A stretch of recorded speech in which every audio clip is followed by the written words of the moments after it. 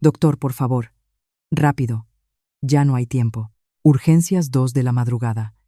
El estridente sonido de una sirena acompañaba la entrada de una camilla.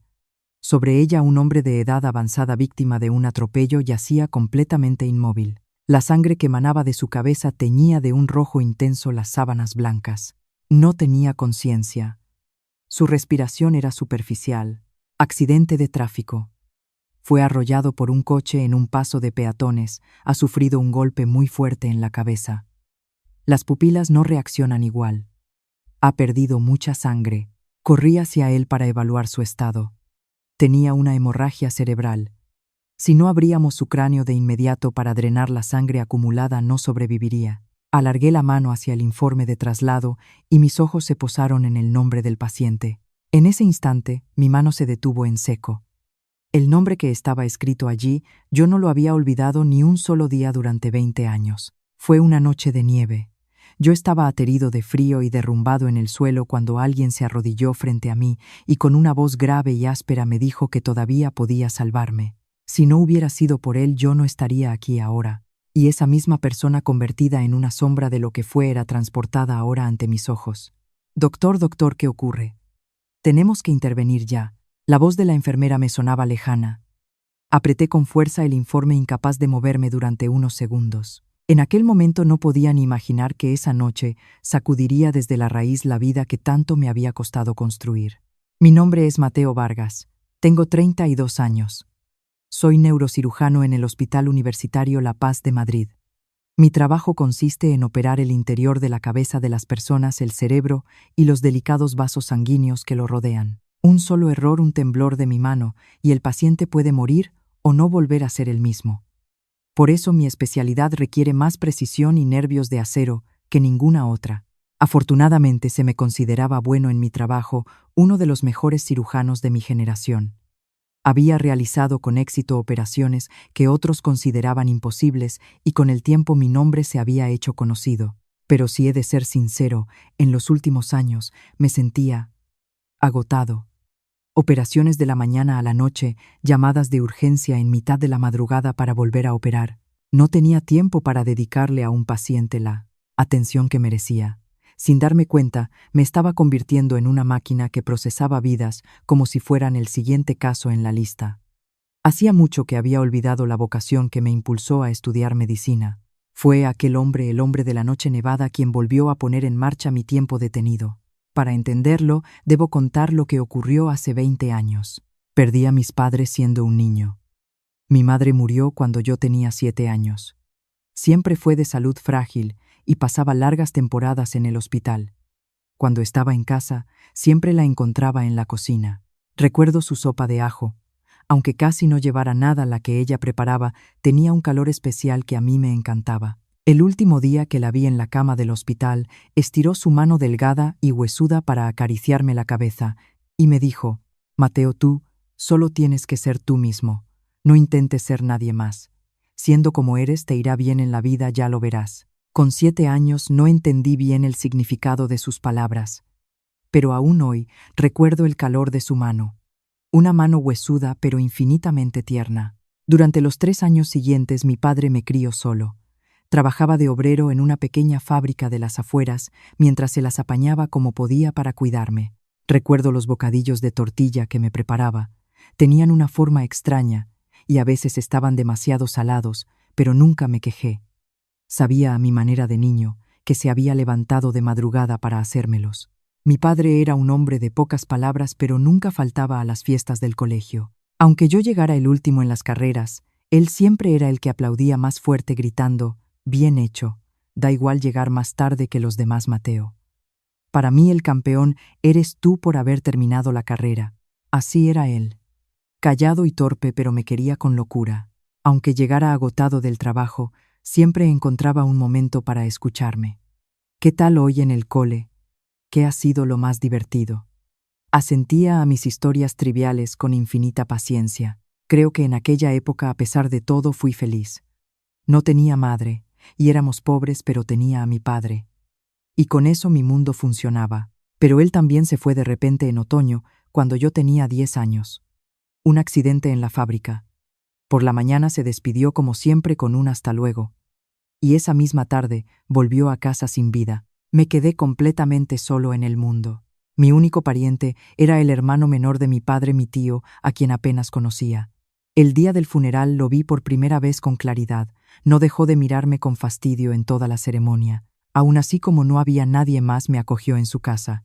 Allí vivían también mi tía y mi primo 2 años mayor que yo. Desde el principio supe que no era bienvenido.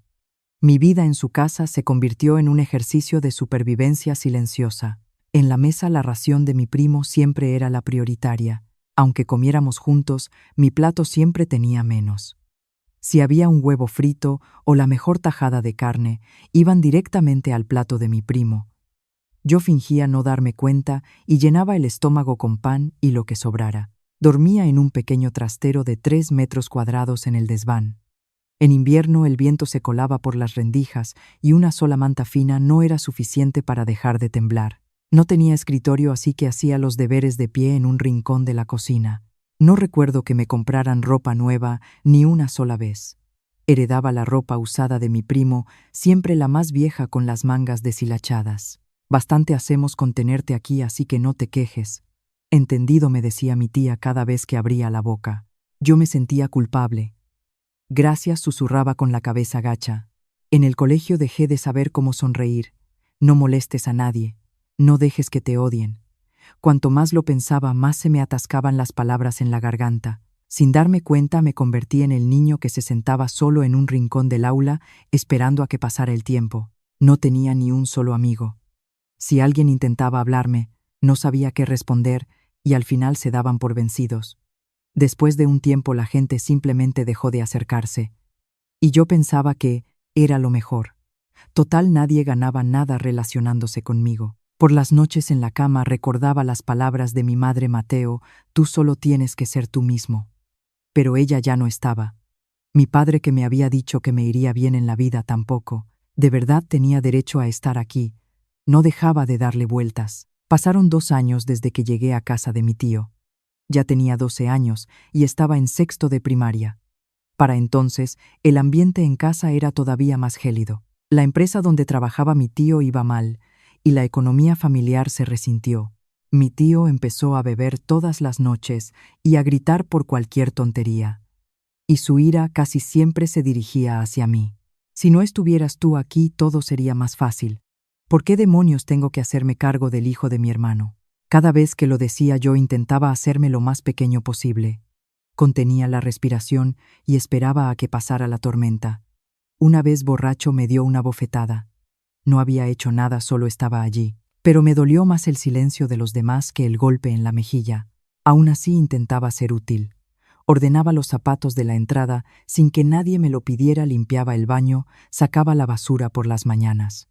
Pensaba que así tal vez tendría una razón para que me dejaran quedarme, pero nadie se fijaba en lo que hacía, ni una palabra de agradecimiento. Era como si no existiera, y ser tratado como un fantasma dolía mucho más que los gritos. Un día, durante la cena, mi primo preguntó de repente: «Oye, ¿hasta cuándo se va a quedar en casa?» Seguramente no lo dijo con mala intención. Era la pregunta inocente de un niño. Pero ni mi tío ni mi tía dijeron nada. Nadie le respondió. Claro que se queda, esta es su casa. Un silencio pesado cayó sobre la mesa. Dejé los cubiertos, susurré un gracias por la comida y subí corriendo al desván. Sentía que no tenía un lugar en el mundo. Era como el aire invisible indeseado. Llegué a creer de verdad que eso era todo lo que yo era. A pesar de todo, cada mañana me levantaba e iba al colegio. El comedor era el único lugar donde podía comer hasta saciarme. La hora de la comida, en la que podía devorar mi plato sin preocuparme por la mirada de nadie, era mi único momento de paz del día. A veces el profesor me ofrecía repetir: «Vargas todavía queda. Estás en edad de crecer, no te cortes». Sus palabras me alegraban, pero me aterraba que se enteraran de mi situación en casa, así que siempre sonreía vagamente y negaba con la cabeza. La verdad es que me moría de hambre, pero el miedo a que me hicieran preguntas me paralizaba. Por las noches, en mi catre del desván, miraba la única foto que tenía de mi madre. La guardaba como un tesoro en el fondo de una bolsa de tela. En ella una joven mi madre sonreía mientras me sostenía en brazos cuando yo era solo un bebé. Mateo, tú solo tienes que ser tú mismo. Recordaba su voz una y otra vez.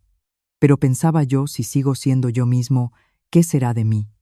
Acabaré desapareciendo sin que nadie me necesite. Esas noches siempre lloraba en silencio. Si hacía ruido mi tío se enfadaría. Así que me cubría la cabeza con la manta fina y dejaba que mi cuerpo temblara sin emitir sonido. Ahora que lo pienso, en aquella época simplemente sobrevivía. Los recuerdos de haber sido tratado con amabilidad, de haber confiado en alguien de verdad, se habían desvanecido. Cuando una persona no ha sido querida, no aprende a quererse a sí misma. Y ese era exactamente mi caso. No me importa lo que me pase. Lo pensaba de verdad.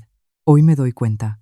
En aquel entonces lo único que necesitaba era que alguien me dijera: tienes derecho a estar aquí. Solo una persona. Alguien que me dijera: me alegro de que estés vivo. Pero no había nadie. Al menos no en casa de mi tío. Así que cerré mi corazón a cal y canto y me limité a existir conteniendo la respiración. Si no esperas nada, no te decepcionas. Si no confías en nadie, no tienes nada más que perder. Era la única forma que tenía de proteger lo poco que me quedaba. Un niño de 12 años viviendo de esa manera, pero mi vida estaba a punto de cambiar por completo en una sola noche. Fue durante el invierno de aquel año, en una noche fría y nevada. Era mediados de diciembre. Ese día mi tío estaba de mal humor desde la mañana. Al parecer había tenido problemas en el trabajo y cuando llegó a casa por la tarde empezó a dar golpes a las cosas. Al anochecer de repente me dijo: venga, sube al coche. Vamos a salir. No sabía a dónde íbamos a esas horas, pero obedecí y me senté en el asiento del copiloto de su viejo y destartalado Seat Panda. Ni mi tía ni mi primo salieron a despedirnos. El coche dejó atrás el pueblo y comenzó a subir por una carretera de montaña oscura. Afuera empezaba a nevar. Los copos blancos danzaban y desaparecían bajo la luz de los faros. El paisaje se oscurecía por momentos y las farolas eran cada vez más escasas. Después de conducir durante una hora, mi tío detuvo el coche en un tramo de la carretera que yo no había visto en mi vida. A lo lejos se veían unas pocas luces de algunas casas aisladas. Era un lugar desconocido. Váyate, miré a mi tío a la cara. Al principio no entendí lo que me estaba diciendo. Te he dicho que te bajes, en casa ya no podemos alimentarte. No me lo tengas en cuenta. Empecé a temblar. Tío, espera. Antes de que pudiera terminar la frase, mi tío empujó la puerta del copiloto desde dentro.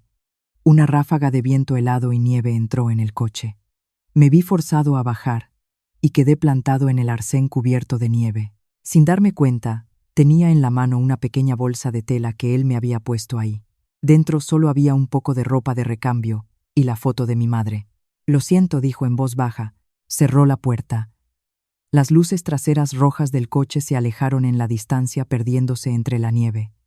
Pronto desaparecieron por completo. Solo quedó el sonido de la nieve al caer. Me quedé allí de pie sin moverme. Mi mente no podía procesar lo que acababa de ocurrir. Me habían abandonado. Cuando esa palabra empezó a calar en lo más profundo de mi ser, ya había perdido la sensibilidad en los pies. Mamá, ¿qué hago ahora?, grité en la carretera desierta. Mi aliento se convirtió en una nube blanca que se disolvió en la oscuridad. Si me quedaba allí, moriría congelado. Incluso un niño como yo podía entenderlo. Tenía que ir hacia donde hubiera gente, hacia donde hubiera luz. Arrastrando mis piernas temblorosas, empecé a bajar la cuesta. Mi aliento era blanco y parecía congelarse al instante.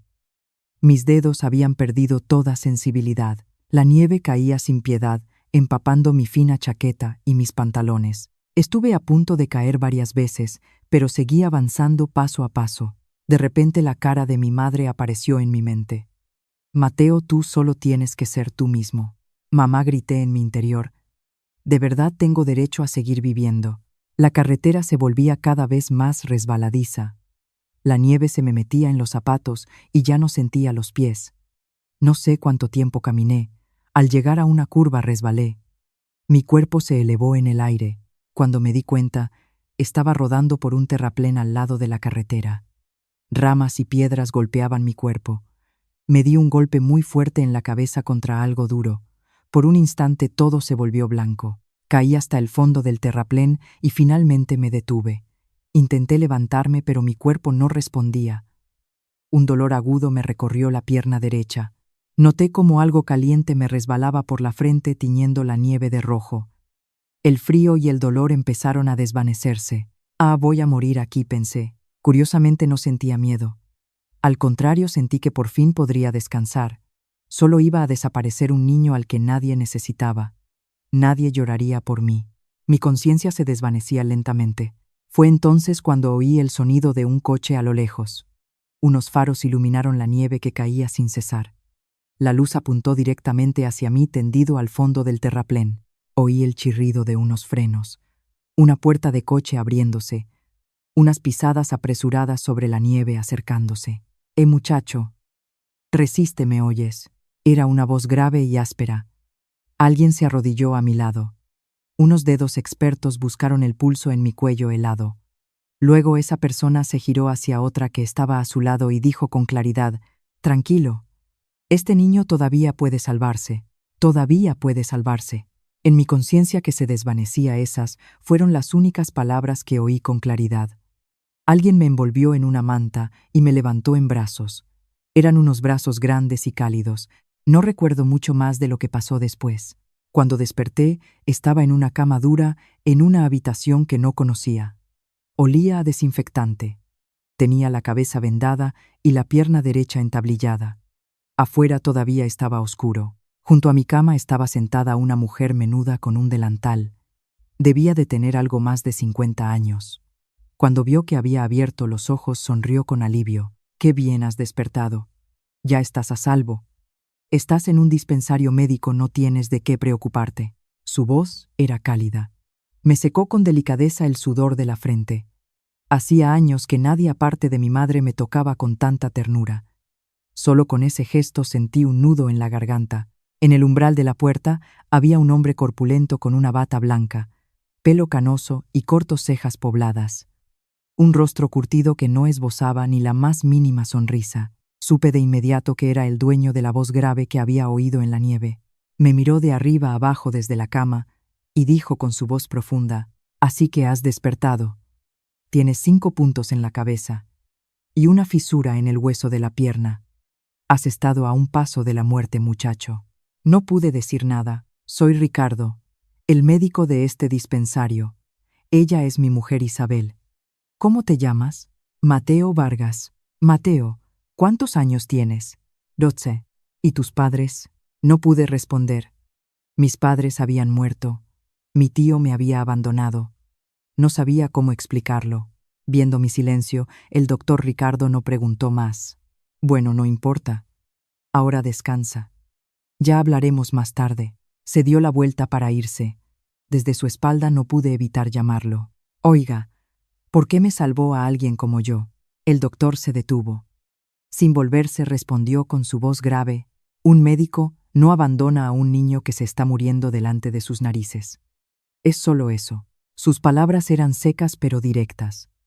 Mientras lo veía marcharse, sentí que las lágrimas volvían a asomar a mis ojos. Después de que se fuera, me quedé un rato mirando al techo. ¿Dónde estaba?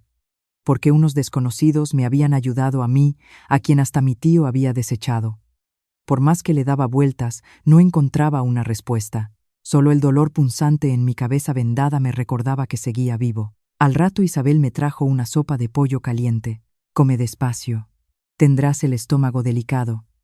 Poquito a poco, con manos temblorosas, cogí la cuchara y probé un sorbo.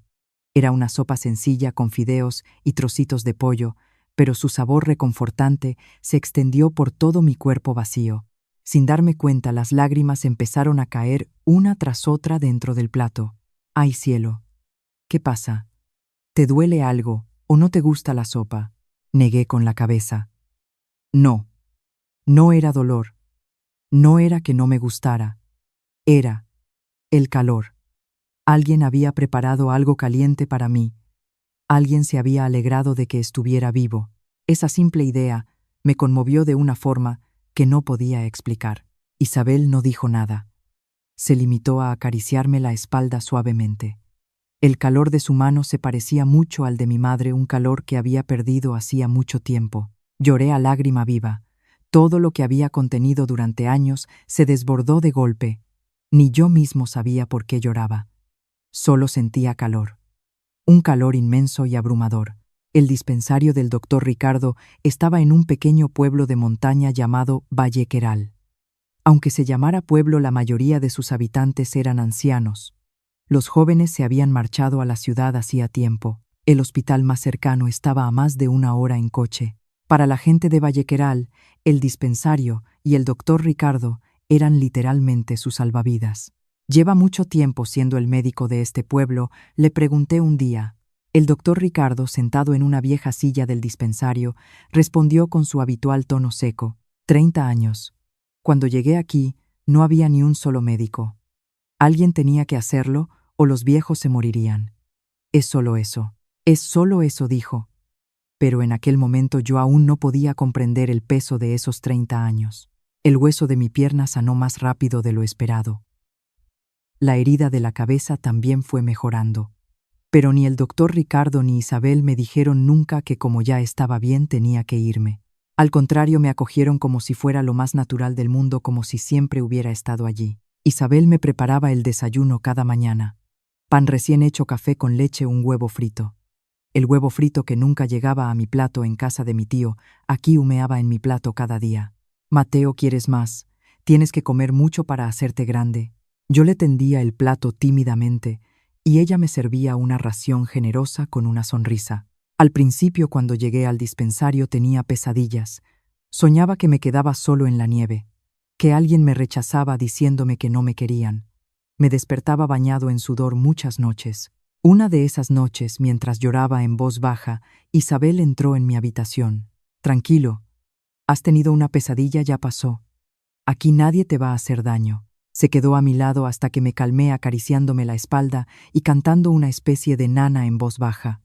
Escuchando su voz volví a llorar. Pero esta vez no eran lágrimas de tristeza. Por la mañana, el doctor Ricardo me dijo con su voz grave: «¿No has dormido bien?» «Bueno, no importa. Todo el mundo tiene noches en las que no puede dormir. En esas noches no te fuerces a hacerlo. Cuando amanezca todo se arreglará». Dicho esto, posó su mano grande y nudosa sobre mi cabeza solo un instante. Ese simple gesto me hizo inmensamente feliz. Al principio yo era muy reservado.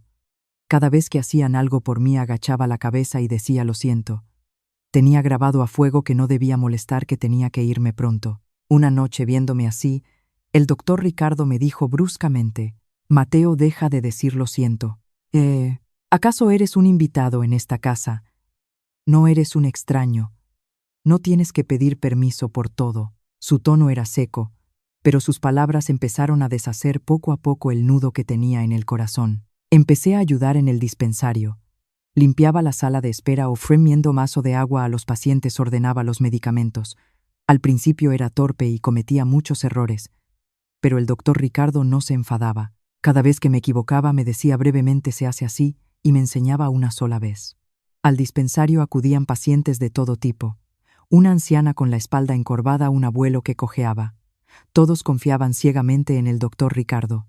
«Gracias a usted, doctor, podemos vivir tranquilos en este pueblo», le decían. Pero el doctor Ricardo ni siquiera sonreía. Se limitaba a resoplar y a recetarles sus medicinas. Pero yo sabía la verdad. Sabía que salía a hacer visitas a domicilio en mitad de la noche, que apenas cobraba a los pacientes que no tenían dinero. Una noche de invierno, el teléfono del dispensario sonó de madrugada. Era una llamada por un abuelo que vivía solo en las afueras y que de repente sentía un fuerte dolor en el pecho. El doctor Ricardo saltó de la cama y empezó a vestirse a toda prisa. Afuera seguía nevando. «Doctor, ¿va a ir ahora con esta nevada? ¿Acaso un médico tiene horarios? Hay alguien sufriendo. No hay más opción que ir». El doctor cogió su viejo maletín negro y salió a la nieve. Me quedé viendo cómo su gran espalda desaparecía en la oscuridad. Regresó casi al amanecer. Estaba empapado de nieve y barro y su cara reflejaba un cansancio extremo. Pero mientras se quitaba las botas en la entrada, dijo con un murmullo: «Llegué a tiempo». A ese viejo le quedaba poco. Su rostro estaba agotado, pero había en él una especie de satisfacción. Al verlo, sentí un calor en el pecho. Esta persona de verdad no abandona a nadie, pensé. Salvarme a mí, un niño tirado en la nieve, probablemente no había sido nada especial para él. Era lo que hacía siempre. No por interés, no por obligación. Simplemente porque había alguien que lo necesitaba, le tendía la mano. Era la primera vez que conocía a un adulto así. De verdad existía gente tan íntegra en el mundo. Mi corazón, endurecido en casa de mi tío, empezó a sanar al verle. Isabel también me cuidaba mucho. Un día me llevó a una pequeña tienda del pueblo y me compró un jersey nuevo. No era de segunda mano. Era una prenda elegida solo para mí. Anda, Mateo, este te quedará bien. Ya está bien de llevar siempre ropa usada, ¿no crees? Cuando me lo puse, sentí un cosquilleo, una sensación cálida y extraña. Gracias, te queda muy bien. Tienes una cara muy bonita cuando sonríes, Mateo. Al oírla me di cuenta de que estaba sonriendo. Sin saber cómo había vuelto a aprender a sonreír. También me matricularon en la escuela de Vallequeral. Al principio tenía miedo de no encajar, pero los niños de aquel pequeño colegio rural eran sorprendentemente abiertos. El primer día, el chico que se sentaba a mi lado me habló sin rodeos. Tú eres el que vive con el doctor Ricardo, ¿verdad? Qué suerte, a mí me curó una neumonía. En aquel pueblo el doctor Ricardo era el héroe de todos. Solo por ser el hijo del doctor me aceptaron en su círculo sin problemas. Después de clase, jugaba con mis amigos en el río o corríamos por el monte, cosas impensables en casa de mi tío. Poco a poco volví a ser un niño normal. O quizás por primera vez en mi vida pude serlo. Un día me atreví a preguntarle: «Doctor, ¿cómo puede esforzarse tanto por sus pacientes?». El doctor se quedó en silencio un momento. Luego, mirando las montañas por la ventana, dijo con su voz grave: «Ser médico, Mateo, consiste en no abandonar a una vida que puede salvarse. Es solo eso. No hay nada más complicado. No abandonar a una vida que puede salvarse». Esas palabras se grabaron a fuego en mi corazón. Ahora me doy cuenta de que el pilar fundamental de mi ética como médico se forjó en aquel momento. Más que cualquier libro de medicina, más que la tecnología más avanzada, fue esa simple frase del doctor Ricardo la que me convirtió en el médico que soy. La noche que me encontró en la nieve me dedicó esas mismas palabras. Seguramente había pasado su vida entera salvando vidas sin rendirse. Quiero ser como él, pensé. Era una aspiración todavía vaga. Pero ahora sé con total certeza que ese fue el momento en que mi tiempo, que se había detenido, volvió a ponerse en marcha. Cuando ya me había acostumbrado a la vida en el dispensario, surgió un problema: mi futuro. Es decir, ¿quién se haría cargo de mí? Un día un trabajador social del pueblo vino al dispensario. Mi desaparición de casa de mi tío se había convertido en un asunto oficial a través del colegio. «Mateo Vargas, ¿verdad? Entendemos que la situación con tus tíos era complicada, pero debemos pensar seriamente en tu futuro». Me puse rígido. Me llevarían a otro sitio. Me arrancarían de este lugar cálido que por fin había encontrado. El miedo me paralizaba. El trabajador social continuó: «Tus tíos han comunicado que ya no tienen intención de hacerse cargo de ti. En ese caso, las opciones son un centro de menores o buscar una familia de acogida». La palabra centro hizo que agachara la cabeza. Fue entonces cuando el doctor Ricardo, que había estado escuchando en silencio, habló con voz firme: «Nosotros nos haremos cargo de él». Levanté la cabeza de golpe. «Perdón, este niño se cría con nosotros». «¿Hay algún problema?». El trabajador social parecía desconcertado. «Bueno, si usted y su esposa están dispuestos a ser sus padres de acogida, sería lo ideal, pero ya no son ustedes jóvenes. Y su trabajo es muy exigente. Además, criar a un niño con el que no tienen lazos de sangre no es tarea fácil». «La sangre no importa», le interrumpió el doctor. Su voz, normalmente áspera, sonó con una fuerza inusual. «Un adulto debe ayudar a un niño que lo necesita. Soy médico. Salvé a este chico cuando se estaba muriendo. Y si lo salvé, me haré cargo de él hasta el final. Es solo eso». Mientras escuchaba sus palabras, luchaba por contener las lágrimas. Hasta el final. Esta persona estaba dispuesta a acogerme de verdad. Un médico ocupadísimo en un pueblo lleno de ancianos, dispuesto a hacerse cargo de un completo desconocido como yo. No podía creerlo. Hasta ese momento había dejado de confiar en los adultos. Había perdido a mis padres y mi único pariente me había tratado como un estorbo y me había abandonado. Para mí los adultos eran seres que desechaban a los niños a su conveniencia. Ese era todo el mundo que conocía. Y sin embargo, este médico de aspecto rudo, al que acababa de conocer, estaba dispuesto a sacrificar su vida por mí. Aún me costaba creer que existiera alguien así. Isabel a su lado asentía con los ojos llenos de lágrimas. Nosotros no pudimos tener hijos. Por eso cuando Mateo llegó, fue una alegría inmensa para nosotros. Por favor, déjenos que sea nuestro hijo. Se lo ruego. Isabel hizo una profunda reverencia al trabajador social. Yo ya no pude contenerme. Las lágrimas caían sobre el suelo de madera. Una persona me había abandonado diciendo que no me necesitaba. Y aquí otra persona suplicaba para que me convirtiera en su hijo. ¿Están seguros? ¿De verdad me quieren a mí? Cuando lo pregunté, el doctor Ricardo resopló y dijo bruscamente: no vuelvas a decir a mí. Eres tú. Y eso es suficiente. Sus palabras se parecían mucho a las que mi madre me dijo hace tanto tiempo. Mateo, tú solo tienes que ser tú mismo. Pensé. Quizás pueda volver a tener una familia. Y así fue como me convertí en el hijo de Ricardo e Isabel. Pero pasaron varios meses hasta que la adopción se hizo oficial. Durante todo ese tiempo viví con ansiedad. Y si a mitad del proceso decían que no, y si mi tío cambiaba de opinión y venía a buscarme, hubo noches en las que me despertaba de repente y no podía volver a dormir. El doctor Ricardo debió de darse cuenta de mi estado. Una noche se sentó junto a mi cama y me dijo con su voz grave: Mateo, no te preocupes. Pase lo que pase, no te dejaré marchar. Decidí salvar tu vida y no pienso abandonar a mitad de camino.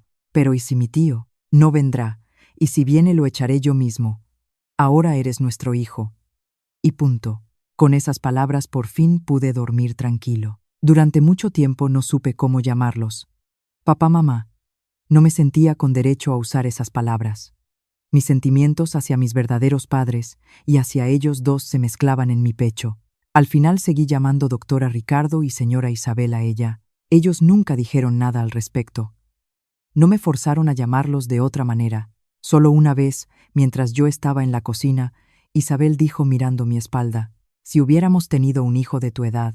No me atreví a preguntar más, pero me daba cuenta de que a veces Isabel me miraba con una expresión triste como si recordara algo. Intuía que esa pareja tenía un pasado que yo desconocía, pero en aquel momento no tuve el valor de preguntar. Durante el proceso de adopción, el doctor Ricardo fue a ver a mi tío una vez. No me llevó, pero Isabel me contó después lo que pasó. Mi tío al parecer tuvo una actitud avergonzada en todo momento. Aún así, el doctor no le recriminó nada. Simplemente le hizo firmar los papeles necesarios y le dijo: nosotros nos haremos cargo del chico. Usted ya no tiene de qué preocuparse. Al oírlo sentí una mezcla de emociones. Mentiría si dijera que no odiaba a mi tío. No podía olvidar fácilmente que me había abandonado en la nieve. Pero el doctor Ricardo ni siquiera lo culpó. Más tarde el doctor me dijo en voz baja: vivir con rencor es agotador, Mateo. Olvida a la persona que te abandonó. Con que te acuerdes de la persona que te recogió es suficiente. Con que te acuerdes de la persona que te recogió es suficiente. Esas palabras disolvieron el resentimiento que se había adherido a mi corazón. Finalmente todos los trámites terminaron. El doctor me enseñó los documentos del ayuntamiento y me dijo con su tono habitual: oficialmente ya eres nuestro hijo. Tu apellido Vargas es algo importante que te dejaron tu padre y tu madre. Puedes seguir usándolo. Pero en tu corazón, sé nuestro hijo. Sí, fue todo lo que pude decir. A los 12 años, en pleno invierno, conseguí una segunda familia. Yo que pensaba que nadie me necesitaba, volví a tener un hogar. A partir de entonces, crecí en el pueblo de Vallequeral. Pasé al instituto, crecí tanto que superé en altura al doctor Ricardo. El niño delgado y pálido que había sido, se convirtió en un joven sano que comía bien y no paraba quieto. Siempre que podía ayudaba en el dispensario. Al principio solo limpiaba y ordenaba medicamentos. Pero poco a poco el doctor Ricardo empezó a dejarme observar las consultas. Mateo, ven y mira. Me explicaba en voz baja lo que escuchaba mientras auscultaba el pecho de los pacientes con el estetoscopio. El sonido del corazón, el de los pulmones, la diferencia entre un cuerpo sano y uno enfermo. Yo lo escuchaba fascinado. Me parecía increíblemente interesante saber qué ocurría dentro del cuerpo humano y cómo se podía curar. Sus consultas siempre eran minuciosas. Por muy ocupado que estuviera, nunca ponía mala cara y escuchaba con paciencia las largas historias de los ancianos. Cuando recetaba medicamentos, les explicaba cómo tomarlos una y otra vez. Para él los pacientes no eran solo enfermedades, eran personas. Hay un suceso que nunca olvidaré. Fue cuando yo estaba en segundo de bachillerato. Una anciana del pueblo que vivía sola empeoró de una neumonía y su estado era crítico. Lo normal habría sido trasladarla a un hospital grande, pero ese día una gran nevada había cerrado las carreteras y la ambulancia no podía llegar. El doctor Ricardo se quedó en el dispensario toda la noche sin separarse de ella. Le administró suero y vigiló su estado constantemente. Yo también me quedé sin dormir para ayudarle. Hubo varios momentos en los que pensé que no lo lograría. «Doctor, creo que ya no hay nada que hacer», empecé a decir. Pero el doctor Ricardo me interrumpió con voz tajante. «Todavía no. Mientras crea que se puede salvar, no me detendré. Mateo, si el médico se rinde el primero, hasta una vida que podría salvarse se pierde. Mientras crea que se puede salvar, no me detendré». Sus palabras me impactaron. La frase que me había dicho a mí en la nieve no era una simple frase de ánimo. Él era una persona que de verdad creía en la posibilidad de salvar una vida hasta el final. Y al amanecer la fiebre de la anciana bajó. Había superado lo peor. «Lo ves, se ha salvado», murmuró el doctor con el rostro agotado. Mirando su perfil, tomé una decisión firme en mi corazón. Yo también seré un médico como él. Un médico que no abandona a una vida que puede salvarse. Un médico que no se rinde hasta el final. Ese día se lo confesé. «Doctor, quiero ser médico. Un médico como usted». El doctor Ricardo me miró fijamente durante un rato. Luego resopló. «Ser médico no es un trabajo fácil. No lo conseguirás si no te lo tomas en serio». «Lo sé, pero voy en serio». «Ya veo». No dijo nada más. Pero no se me escapó que sus ojos se suavizaron con un atisbo de alegría. Más tarde, Isabel me lo contó en secreto. «¿Sabes? Después de que te fueras a dormir», me dijo, «ese chico será un buen médico».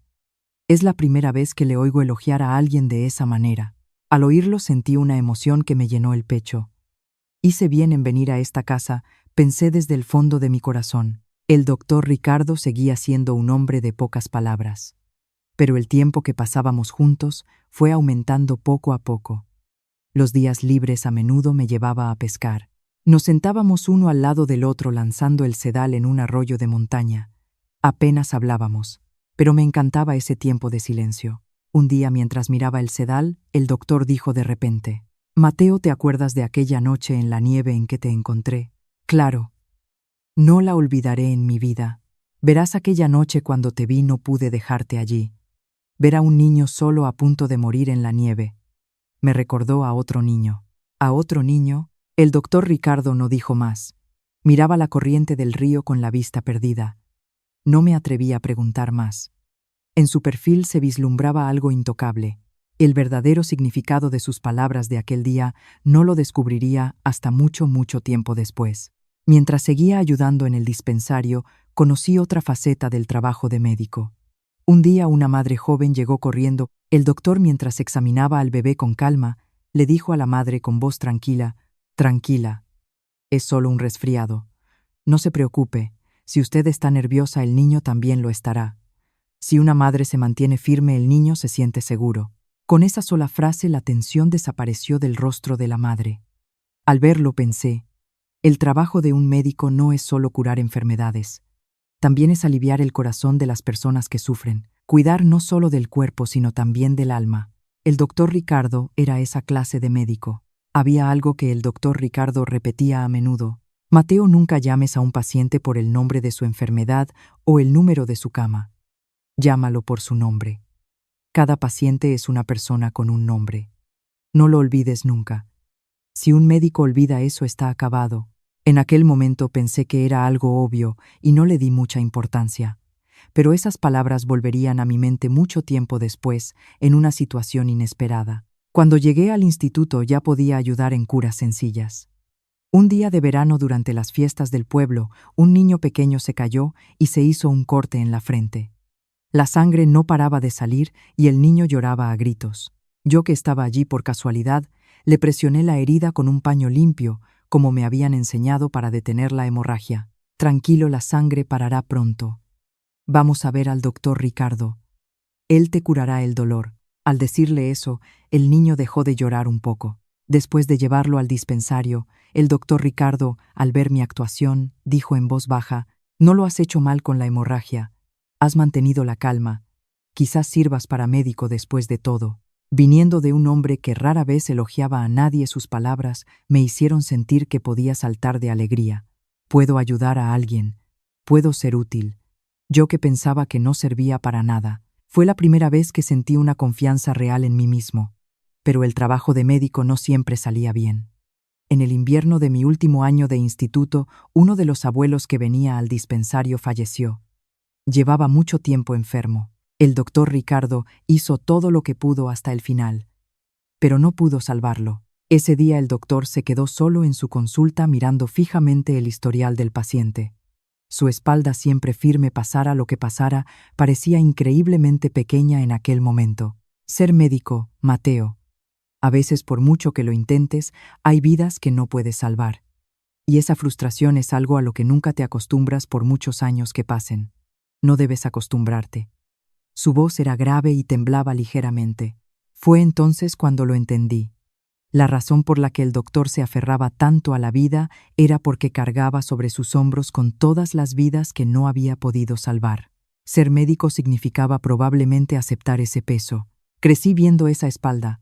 Por eso el origen de mi vocación como médico está sin duda en el dispensario de Vallequeral. Los ancianos de Vallequeral también me querían como a un nieto de verdad. Cada vez que venían al dispensario me daban verduras de su huerto o alguna chuchería. Todos me llamaban por mi nombre, Mateo, Mateo. Una de las abuelas me dijo una vez: «Qué suerte que vinieras a vivir con el doctor». Tanto él como Isabel parecían siempre tan tristes. Tristes. Esa palabra me llamó la atención. En aquel momento no sabía qué cargas llevaba aquella pareja sin hijos.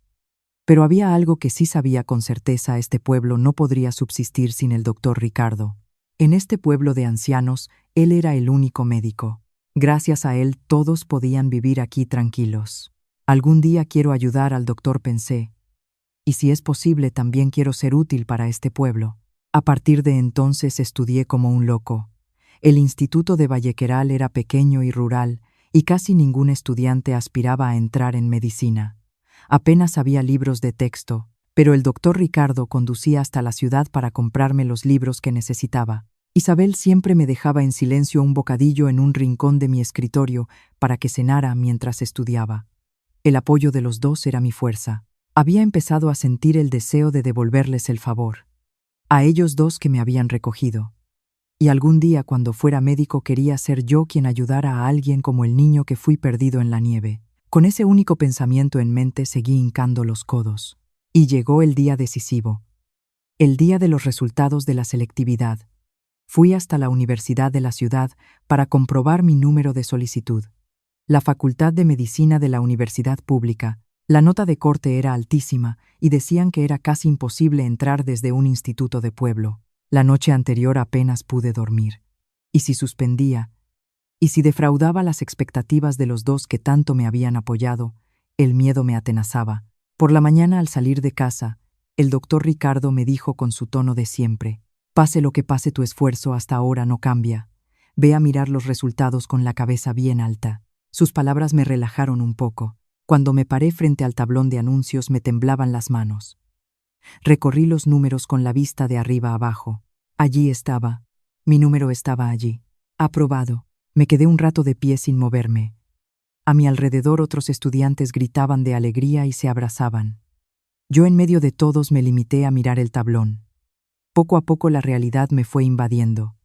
He aprobado. He dado el primer paso para convertirme en médico. Lo primero que me vino a la mente fueron sus caras. Doctor Ricardo, señora Isabel. Lo he conseguido. Lo he conseguido. Corrí a la cabina telefónica más cercana. Con los dedos temblorosos marqué el número del dispensario. Respondió Isabel. Señora Isabel, he aprobado medicina. Al otro lado del teléfono, oí cómo Isabel contenía la respiración. ¿De verdad, Mateo? ¿De verdad? Sí, es verdad. Qué bien. Cuánto me alegro. Isabel empezó a llorar al otro lado de la línea. Oía sus enhorabuena repetidos una y otra vez. Luego se puso el doctor Ricardo. Así que, doctor, he aprobado. Hubo un momento de silencio. Luego el doctor Ricardo, con su tono habitual, dijo una sola cosa: ya veo. Bien hecho, solo eso. Pero noté que su voz temblaba ligeramente. El doctor Ricardo, siempre impasible. Apreté el auricular con fuerza sin poder moverme de allí durante un rato. Luché por contener la emoción. He aprobado. De verdad he aprobado. Yo que estuve a punto de morir en la nieve, yo que pensaba que nadie me necesitaba, iba a ser médico.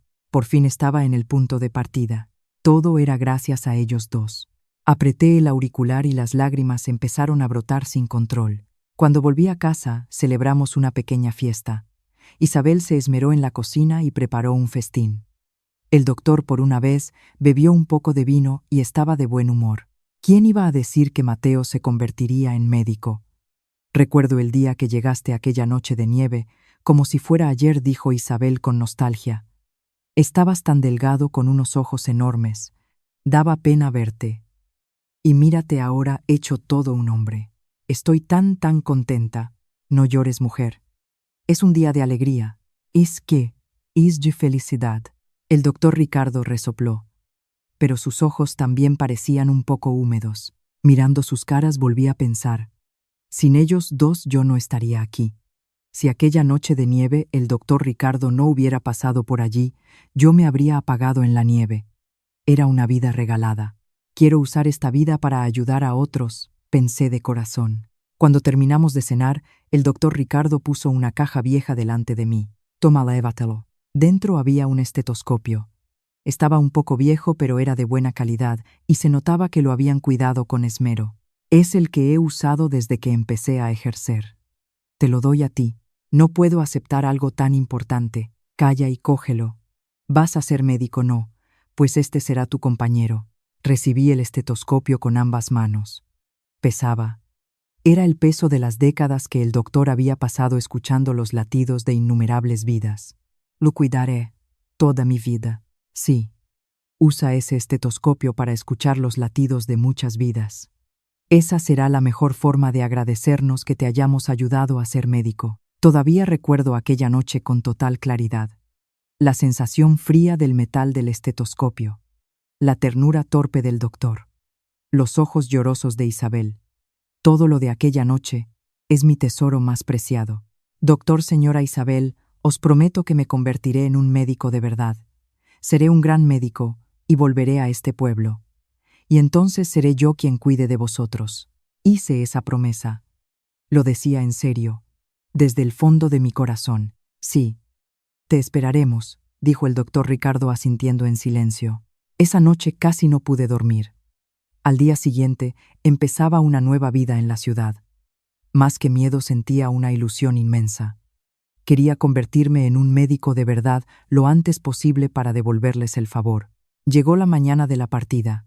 Isabel se levantó temprano y me preparó un montón de bocadillos para el viaje. Me dio un paquete enorme y pesado.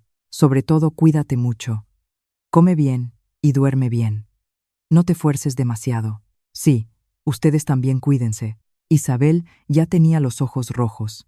Los dos me acompañaron a la parada del autobús. En el aire frío de la mañana de invierno esperamos el autobús expulsando vaho blanco.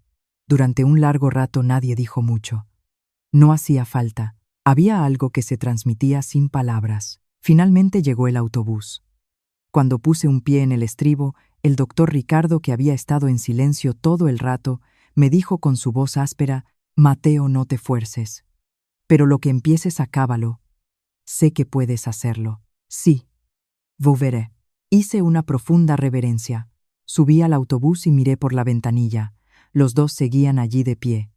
Isabel se secaba los ojos con un pañuelo. El doctor Ricardo, con su habitual cara de pocos amigos, levantó una mano a modo de despedida.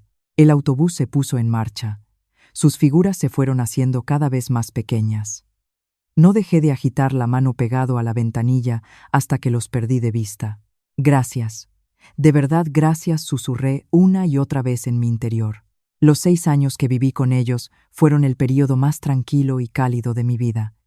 El niño de 12 años, delgado y desconfiado, se había convertido en un joven que viajaba para cumplir su sueño. Todo gracias a que aquella noche de nieve el doctor Ricardo no me abandonó. Gracias a que Isabel derritió mi corazón helado con su sopa caliente. Tengo que devolver este favor durante toda mi vida, me juré, mientras el autobús se balanceaba. Aquel día lo pensaba de verdad. Creía que me convertiría en un médico de verdad y volvería enseguida. Pero nunca imaginé que tardaría tantos años en cumplir esa promesa. Pasaron 20 años desde aquella noche de nieve, y yo seguía sin haber cumplido mi promesa. Los 6 años en la Facultad de Medicina, los días interminables como médico residente, la formación incesante para convertirme en un neurocirujano de verdad. Sin darme cuenta, la vida en la ciudad me absorbió y mis visitas a Vallequeral se fueron espaciando. Al principio pensaba volveré cuando sea un médico de verdad, con la cabeza bien alta. Pero mi listón para ser un médico de verdad no dejaba de subir. Todavía no puedo volver. Mientras me decía eso a mí mismo, los años pasaban sin piedad. Varias veces intenté escribir una carta, intenté llamar, pero cada vez la culpa por haber perdido el contacto tanto tiempo me detenía. Y 20 años después, en una noche de invierno, me reencontré con él de la forma más inesperada. La historia no ha hecho más que empezar. A los 32 años trabajaba como neurocirujano en un gran hospital universitario de la ciudad. Me había convertido en el médico que tanto había admirado. Había realizado con éxito varias operaciones complicadas y mis colegas me respetaban. Pero sinceramente mi corazón se estaba desgastando. Al hospital llegaban pacientes sin cesar.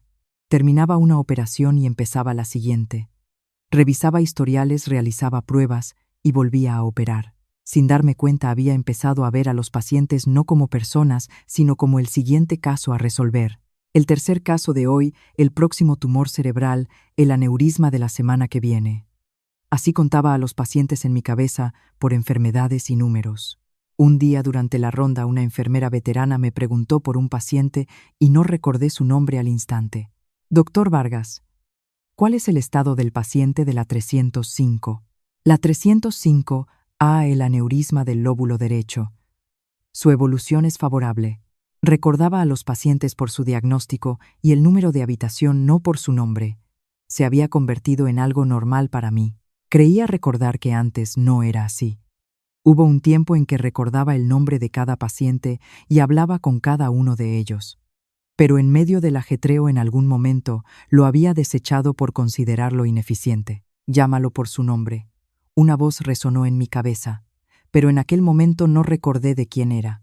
Un día un médico más joven me dijo: «Doctor Vargas, es usted increíble. Es el mejor cirujano que tenemos, pero algunos dicen que parece una máquina».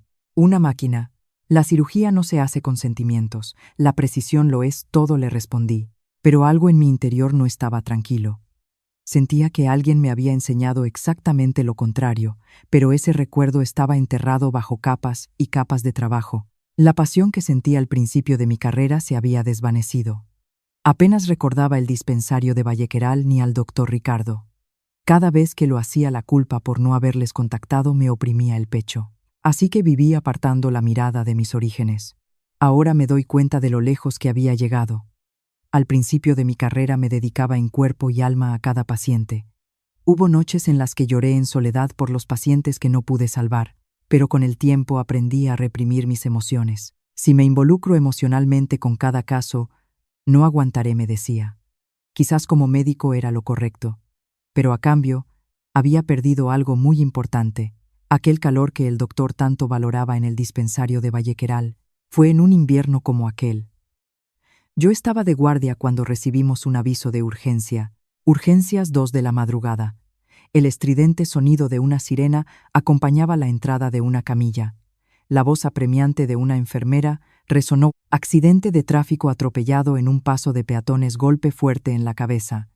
Inconsciente. Anisocoria. Corrí a evaluar al paciente. Era un hombre anciano de pelo blanco. La hemorragia en la cabeza era grave.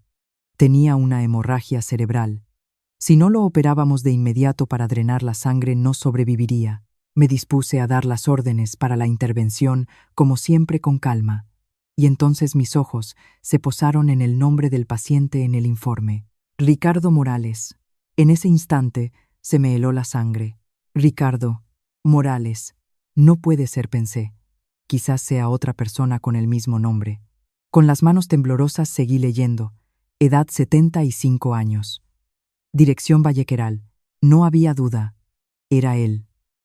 El hombre que me recogió aquella noche en la nieve. El doctor que salvó mi vida hace 20 años, cuando estaba a punto de morir congelado. Mi mente se quedó en blanco. Recuerdos que creía olvidados o que había fingido olvidar me inundaron de golpe. El olor a desinfectante del dispensario, la sopa caliente de Isabel, el sedal que lanzamos juntos en el arroyo, la figura del doctor despidiéndose con la mano en la parada del autobús. Volveré cuando sea un médico de verdad. Se lo prometí. Pero desde que me fui no había vuelto a verle, ni una sola llamada. Y ahora nuestro reencuentro era así, inconsciente, sangrando al borde de la muerte. El doctor Ricardo, el hombre más fuerte y fiable que había conocido ahora, estaba como yo aquella noche, debatiéndose entre la vida y la muerte. Yo, que llevaba años viendo a los pacientes como números y diagnósticos, ahora tenía ante mí un único nombre. El nombre que de entre todos los del mundo nunca debería haber olvidado. Doctor Morales, susurré sin darme cuenta. Doctor Vargas, ¿qué ocurre? Tenemos que intervenir ya. Me quedé paralizado un instante. Pero el estado del paciente era crítico. Los números del monitor empeoraban por segundos. No había tiempo que perder. Apreté los dientes y volví en mí. Preparen el quirófano de inmediato, craneotomía de urgencia. Sospecha de hematoma subdural. Rápido. Pero en ese momento, la jefa de enfermeras, una mujer veterana, me agarró del brazo. Doctor, disculpe, pero este paciente es conocido suyo, le ha llamado por su nombre. Sí, es la persona que me salvó la vida. Mi padre adoptivo. La enfermera contuvo el aliento. Luego, con dificultad, continuó: en ese caso quizás sería mejor que otro cirujano se hiciera cargo. Dicen que operar a un familiar puede afectar a la objetividad. Comprendo sus sentimientos, doctor, pero tenía razón. Operar a alguien a quien consideras tu familia. Si mi mano temblaba, si no podía salvarlo, nunca me lo perdonaría. El peligro de perder la distancia profesional. Lo que decía la enfermera era lo más sensato. Dudé un instante, pero negué con la cabeza. No, lo haré yo, doctor. En este hospital a estas horas nadie puede hacer esta operación mejor que yo. Lo sé mejor que nadie. Si se lo encargo a otro y no sobrevive, me arrepentiré toda mi vida. La enfermera me miró a los ojos durante un momento. Debió de comprender que mi decisión era firme porque asintió en silencio. Entendido, doctor. Comprendo su determinación. Haremos todo lo posible. Doctor, lo salvaremos. Gracias. Cuento con ustedes. Mi decisión estaba tomada. Ya no había dudas. Si me temblaban las manos, las apretaría hasta que dejaran de hacerlo.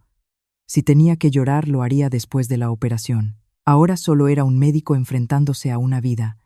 Nada más. Miré el rostro pálido e inconsciente del doctor Ricardo. Su cara, siempre curtida y seria, estaba ahora surcada de arrugas por los 20 años transcurridos. Se había hecho más pequeño. Pero sin duda era él. ¿Era tan pequeño?, me pregunté. En mi recuerdo siempre fue un hombre grande, fuerte, el más fuerte del mundo. Y ahora estaba allí, delgado, envejecido, con la llama de su vida a punto de extinguirse.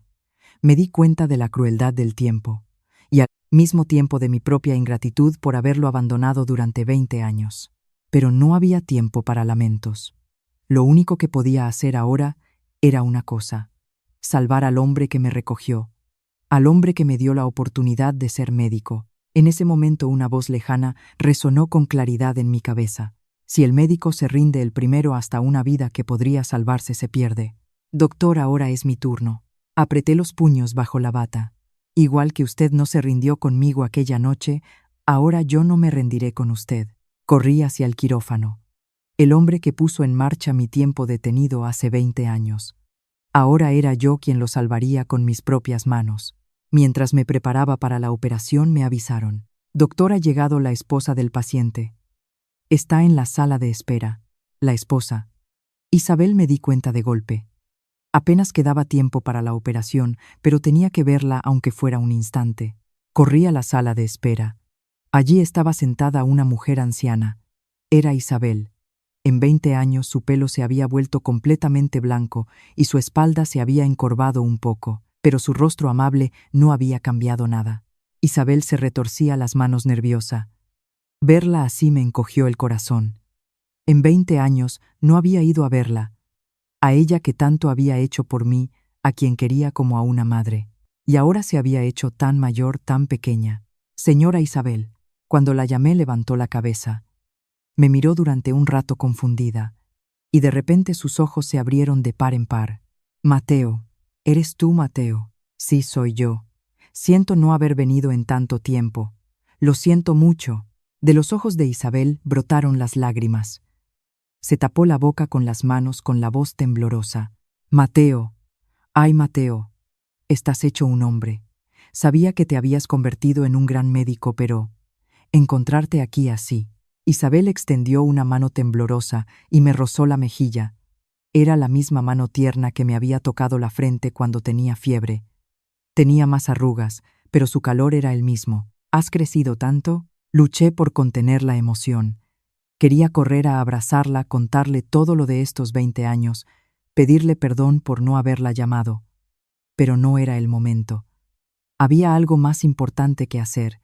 Señora Isabel, escúcheme. El doctor está en un estado muy grave. Voy a operarlo ahora mismo. ¿Tú? Sí. Y lo salvaré. Igual que él no se rindió conmigo hace 20 años, ahora yo no me rendiré con él. Así que por favor confíe en mí y espere. Isabel, secándose las lágrimas, asintió una y otra vez. Por favor, Mateo, sálvalo. Salva a Ricardo. Todavía tiene muchas cosas que decirte. No puede morir aquí. Cosas que decirme. Sus palabras me intrigaron, pero no había tiempo para pensar. Lo haré. Sí, lo prometo. Dicho esto, me dirigí al quirófano. Bajo la luz cegadora de la lámpara del quirófano con el doctor inconsciente, ante mí empuñé el bisturí. Respiré hondo una vez. La agitación de antes se desvaneció como por arte de magia. Cuando empieza la operación solo soy un cirujano. Empezamos. La operación fue más difícil de lo que esperaba. Era una intervención que en condiciones normales habría realizado innumerables veces. Pero esa noche era diferente. El que yacía en la mesa de operaciones no era un paciente cualquiera. Era el hombre que me salvó la vida, el padre que me crió. Sentí que las manos me temblaban. No, no puedo. Me lo repetí una y otra vez. Cálmate. Ahora eres médico. No, hijo. Enfréntate a esta vida como cirujano. Esa es la mejor forma de agradecérselo. Respiré hondo y despacio. Aparté todos los pensamientos, y con la determinación de volcar toda mi experiencia de 20 años en esa noche, avancé con el bisturí. Debido al fuerte golpe se había acumulado una gran cantidad de sangre bajo la membrana que recubre el cerebro presionándolo. Tenía que drenar la sangre y detener cada uno de los puntos de hemorragia. Era un trabajo delicado en el que el más mínimo error podía costar una vida. Moví las manos sin pensar. Pero en momentos de descuido, los recuerdos de hace 20 años volvían a mí. La voz que me tendió la mano en la nieve. El olor a desinfectante del dispensario. La sopa caliente de Isabel. El día de pesca. La noche en que me regaló el estetoscopio. Si no fuera por ellos, yo no estaría aquí. Y sin embargo me había confiado en mi éxito. Había usado el trabajo como excusa. La verdad es que tenía miedo.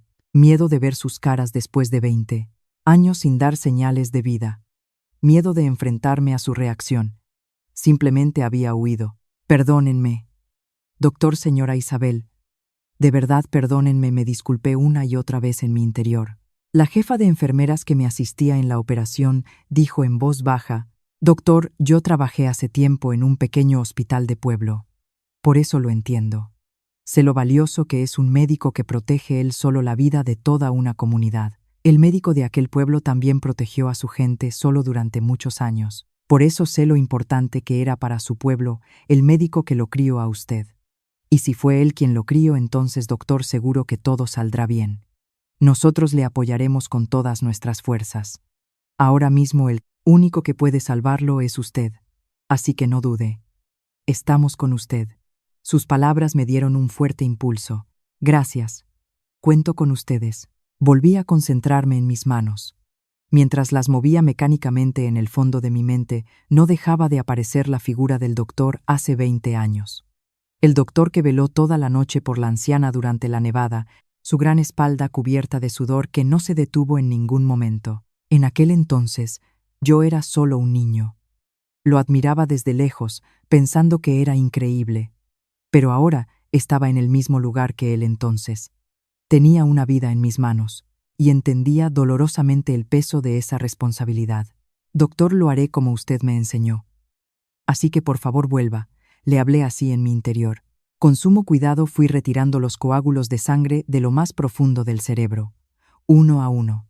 Poco a poco el cerebro que había estado comprimido fue recuperando su forma original. Más tarde Isabel me contó que durante todo ese tiempo en la sala de espera, ella no dejó de rezar con las manos entrelazadas. Mateo lo conseguirá. Él es el niño que Ricardo salvó arriesgando su vida. Ahora será él quien salve a Ricardo, se repetía mientras miraba la puerta del quirófano durante horas. Y mientras yo pensaba, a ellos que tanto me habían querido, no los había visitado en 20 años. Sentía que ahora estaba pagando por ello. Si esta operación no llegaba a tiempo, nunca me lo perdonaría. Por favor, que llegue a tiempo. El residente que me pasaba el instrumental susurró: «Doctor, qué concentración». Sinceramente yo no sabría ni por dónde empezar con un hematoma tan complicado. Menos mal que está usted. Todavía no hemos terminado. No bajes la guardia hasta el final, le respondí. Y de repente pensé, hace tiempo el doctor Ricardo también me enseñó a mí que ni siquiera era su aprendiz, los entresijos de la medicina. No con palabras, sino con su ejemplo. Y ahora sus enseñanzas estaban en la punta de mis dedos. La operación llegó a su punto crítico. Había retirado la mayor parte de la sangre acumulada. Ahora solo quedaba detener por completo la hemorragia. Y en ese momento, un pitido de alarma resonó en el quirófano. Los números del monitor se desplomaron. La presión arterial bajó bruscamente. Doctor, la tensión está bajando. El pulso también. En algún lugar había una nueva hemorragia. El cuerpo del doctor Ricardo entraba en estado crítico. Yo, que había jurado no rendirme, me enfrentaba al mayor desafío de la operación. La tensión se apoderó del quirófano. El sonido de la alarma del monitor no cesaba. La presión arterial seguía bajando y la vida del doctor se apagaba por momentos. Doctor, ¿qué hacemos? Seguir es peligroso. Sería mejor parar. Parar. La palabra cruzó mi mente. Si me rendía ahora, al menos, no sería por mi culpa. Nadie me culparía.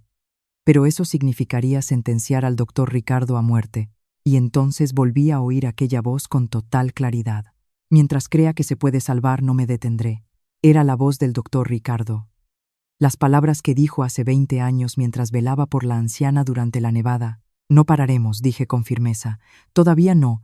Este hombre todavía puede salvarse. Tiene que haber un punto de hemorragia en alguna parte. Lo encontraré y lo detendré. No me detendré hasta el final. Este hombre todavía puede salvarse. Eran las mismas palabras que el doctor Ricardo me había dicho a mí en la nieve, y ahora era yo quien las pronunciaba por él. Agudicé mis sentidos. En lo más profundo del cerebro, más allá de la sangre acumulada. Allí había un pequeño vaso sanguíneo que había pasado por alto. De él manaba sangre lentamente. Es este. Detuve mi mano temblorosa. Me concentré en un único punto. Todos los demás sonidos desaparecieron. Solo oía los latidos de mi propio corazón. Y con precisión detuve la hemorragia. El sonido del monitor cambió. La presión arterial, que no dejaba de bajar, empezó a subir lentamente. El pulso irregular se fue estabilizando. La tensión se recupera. El pulso se estabiliza. Doctor, lo ha conseguido. La hemorragia se ha detenido.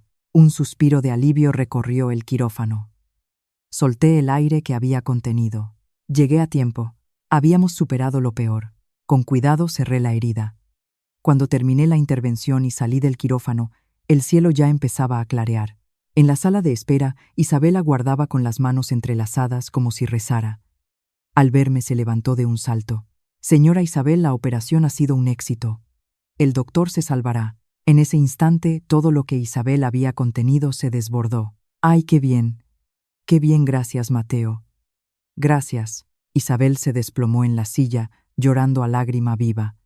Me senté a su lado y le acaricié la espalda igual que ella había hecho conmigo 20 años atrás. Al rato, cuando se calmó un poco, empezó a hablar en voz baja. Mateo, sabes, Ricardo siempre ha estado pendiente de ti, desde que te fuiste a la ciudad. Cada vez que tu nombre salía en el periódico o en una revista lo recortaba y lo pegaba en un cuaderno. Cuando salía un artículo que decía Mateo Vargas éxito en una operación de alta complejidad, se ponía contentísimo. Me quedé sin palabras. En un cajón de la estantería del dispensario. Allí está. Un álbum de recortes muy gordo lleno de tus artículos. Todo lo que has hecho desde que te convertiste en médico. Él no decía nada, pero cuando la gente del pueblo le preguntaba siempre decía: «Es mi hijo, se ha convertido en el mejor neurocirujano de España. ¿Recuerdas aquella vez que saliste en la tele? Aquello fue increíble». Lo grabó y lo veía una y otra vez. Mateo siempre fue un chico con agallas, decía orgullosísimo. Una aparición tan corta. Y la vio tantas veces. Sí, vio la cinta hasta que se gastó. Es mi hijo, no pude más. Y me cubrí la cara con las manos. Ni una llamada, ni una visita. Y sin embargo el doctor siempre había seguido llamándome hijo. Estaba orgulloso de mí. Había seguido mis pasos en la sombra. Yo, ¿qué he hecho 20 años sin contactar? No te preocupes. A él no le importaba. Le bastaba con saber que te iba bien. No pude decir nada. Me quedé con la cabeza gacha. 20 años. Un tiempo muy, muy largo. Y durante todo ese tiempo, yo solo había pensado en mí, en convertirme en un gran médico, en realizar operaciones difíciles, en ser reconocido. Quizás en el fondo quería volver para que el doctor viera en quién me había convertido. Pero él ya me había reconocido hacía mucho tiempo. Estaba orgulloso de mí. El que no sabía nada era yo. Durante todo el tiempo que no fui a verle, él había estado siguiendo mis pasos solo, recortando un artículo tras otro en su cuaderno. Fue cuando estabas de residente, creo. De repente empezó a leer el periódico de cabo a rabo. Yo me preguntaba qué haría, hasta que un día me lo enseñó muy contento. Sale el nombre de Mateo, me dijo, y a partir de entonces se ponía las gafas y con sus manos torpes usaba las tijeras. El corte siempre le salía torcido, pero ese era todo el amor que podía darte. Imaginé la escena y las lágrimas volvieron a brotar. El doctor Ricardo solo en el dispensario por la noche recortando mis artículos. Solo pensar en ello me oprimía el pecho. Y entonces Isabel empezó a contarme otra historia, un secreto guardado durante mucho tiempo. Mateo. Nosotros tuvimos un hijo. Se llamaba Daniel. Mucho antes de conocerte. Nació con una salud muy frágil. Y murió de una enfermedad a los 12 años. 12 años. La misma edad que tenía yo cuando me recogió. Ricardo, siendo médico, no pudo salvar la vida de su propio hijo. No puedes imaginar lo culpable que se sintió. A partir de entonces se volcó en la medicina del pueblo como si le fuera la vida en ello. No quiero volver a abandonar a una vida que tengo delante, decía. Si Daniel hubiera vivido ahora tendría más o menos tu edad. Por eso cuando dijiste que querías ser médico, aquella noche cuando se quedó solo lloró. Mateo cumplirá nuestro sueño en lugar de Daniel, me dijo. El doctor. ¿Lloró? Sí. Él que nunca había derramado una lágrima. Para nosotros tú no eras solo un niño al que recogimos.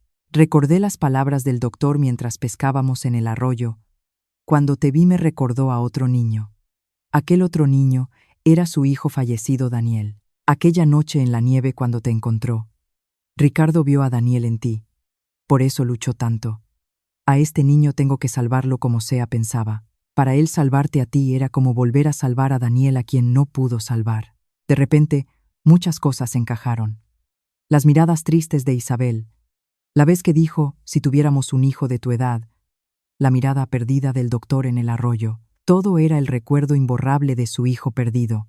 Sin saberlo, yo había estado viviendo sobre esa profunda tristeza. Si mi existencia había servido para aliviar, aunque fuera un poco, su herida incurable.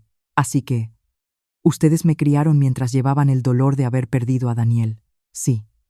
Pero Mateo, tu llegada nos salvó. Te convertiste en la familia que creíamos haber perdido para siempre. Tomé las manos arrugadas de Isabel entre las mías. No, Fueron ustedes quienes me salvaron a mí, mi vida aquella noche en la nieve y todo lo que vino después. Fui inmensamente feliz siendo su hijo. Gracias.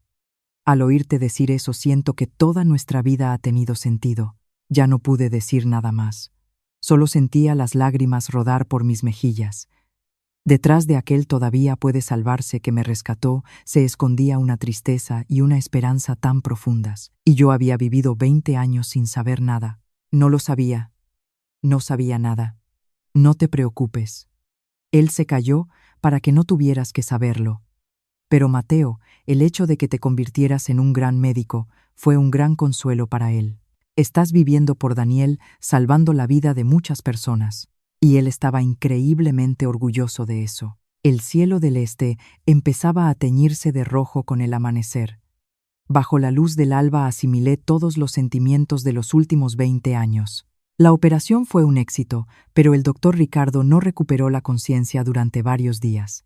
Seguía durmiendo en la UCI conectado a un montón de máquinas.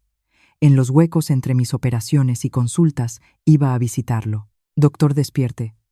Todavía no le he devuelto nada. Ni siquiera le he dicho gracias o lo siento como es debido. Le hablaba una y otra vez mientras dormía. Isabel también venía al hospital todos los días para estar a su lado. En el silencio de la UCI solo roto por el sonido rítmico de las máquinas, no dejaba de mirar el rostro dormido del doctor. Era extraño. Había operado a cientos de pacientes, y con todos ellos había mantenido la calma. No había dejado que mis emociones interfirieran. Pero ante este único paciente, volvía a ser solo un hijo. Por favor, despierte. Solo ese pensamiento me oprimía el pecho. Mis colegas también se preocupaban. Nunca habíamos visto al doctor Vargas así con un paciente. Debe de ser alguien muy especial para usted. Es el principio de todo para mí. Si no fuera por él, no solo no sería médico, ni siquiera estaría vivo. Yo que había llegado a ver a los pacientes como casos. Yo que me había convertido en una máquina. Irónicamente fue este hombre que llegó en estado crítico quien derritió mi corazón helado. El doctor Ricardo, incluso dormido, me estaba recordando algo muy importante. Fue a la 4ª mañana. Como de costumbre, estaba de pie junto a su cama cuando sus párpados se movieron ligeramente. Doctor, lentamente sus ojos se abrieron. Su mirada desenfocada vagó por la habitación hasta que se detuvo en mi cara. El doctor Ricardo me miró durante un rato extrañado. Luego, con una voz ronca, pero sin duda la suya áspera, murmuró: «Mateo, sí soy yo. Doctor, me reconoce. ¿Qué haces tú aquí?» «Es un sueño. No es un sueño. Tuvo un accidente y lo trajeron a este hospital. Le operé la cabeza. Fui yo». El doctor Ricardo parpadeó lentamente asimilando la situación. «Tú, me salvaste». «Sí. Igual que usted me salvó a mí hace 20 años». En ese instante los ojos del doctor Ricardo se humedecieron. De su rostro siempre duro e impasible que no había mostrado una lágrima ni en la nieve ni ante un paciente moribundo. Una lágrima resbaló por su sien y cayó en la almohada. «Vaya, cómo has crecido, Mateo. El mocoso flacucho de aquella noche se ha convertido en un médico capaz de operarme la cabeza». Ya no pude contenerme. Agarré con fuerza sus manos huesudas y arrugadas. Eran las mismas manos que me habían examinado en la nieve, las manos que habían tocado miles de vidas. Ahora estaban delgadas y pequeñas. «Doctor, hay algo que siempre he querido decirle». Continué conteniendo las lágrimas. «Siento mucho no haberle contactado en todo este tiempo. Dije que volvería cuando fuera un médico de verdad, pero tenía miedo. Miedo de no tener cara para presentarme. Huí. Pero la verdad es que pensaba en usted y en la señora Isabel todos los días. No te preocupes. Si no me hubiera recogido, habría muerto en la nieve. Nunca habría llegado a ser médico. Estoy aquí ahora porque usted no me abandonó aquella noche. Porque me enseñó que una vida que puede salvarse no se abandona». Me quedé sin palabras un momento, pero tenía que decir la palabra que nunca había podido pronunciar. «Gracias, papá, papá». Durante 20 años, solo había podido llamarle doctor, atrapado entre mis sentimientos por mis verdaderos padres y por ellos. Pero ahora la palabra salió de mi boca de forma natural. El doctor Ricardo abrió los ojos de par en par. Luego su rostro se contrajo en una mueca. «Idiota. ¿A qué viene eso ahora?». Mientras lo decía, Las lágrimas brotaban de sus ojos sin cesar. Apretó mi mano con fuerza. Has luchado bien, Mateo. Has luchado muy bien hasta ahora. Eran las palabras que siempre había anhelado oír. El doctor Ricardo, con un temblor, intentó incorporarse. Me apresuré a sujetarle los hombros con suavidad. Papá, no se mueva todavía. Tiene que descansar. Vaya, ahora soy yo el que recibe lecciones de un médico. Diciendo esto, esbozó una leve sonrisa. El regreso de su habitual tono sarcástico me produjo un profundo alivio. Isabel también está aquí. Cuando lo dije, Isabel se acercó al otro lado de la cama y le tomó la mano. Ricardo, qué bien, qué alegría. No pongas esa cara de funeral. ¿Crees que me voy a morir por esto? La voz del doctor, aunque intentaba sonar fuerte, temblaba. 20 años después, los tres estábamos juntos en el mismo lugar. Solo eso era un regalo inmenso. El doctor Ricardo, mirando al techo, dijo en voz baja: Mateo, veía tu nombre de vez en cuando en el periódico. Decían que te habías convertido en un gran médico. Pensaba que eras un ingrato por no venir a vernos, pero... Lo siento. No importa. Poder verte así hecho un hombre con mis propios ojos. Cuando oí tu nombre en la mesa de operaciones pensé que era un sueño. Que fueras tú quien me salvara. Fue gracias a las palabras que usted me enseñó. Las recordé durante toda la operación. Esta vez fui yo quien movió las manos con el mismo sentimiento por usted. El doctor Ricardo apretó los labios y con su mano arrugada me devolvió el apretón. Gracias, Mateo. Valió la pena seguir vivo. Valió la pena haberte recogido. Con sus palabras sentí cómo algo que llevaba mucho tiempo congelado dentro de mí se derretía. Yo que había perdido la capacidad de conectar con cada paciente. Yo que había olvidado la pasión de mis inicios. Quien me devolvió a mi verdadero yo como médico fue precisamente este hombre. Creía que lo había salvado, pero en realidad el salvado había sido yo. Igual que aquella noche en la nieve. Papá, cuando le den el alta, cuénteme más cosas. Todavía tengo mucho que aprender de usted.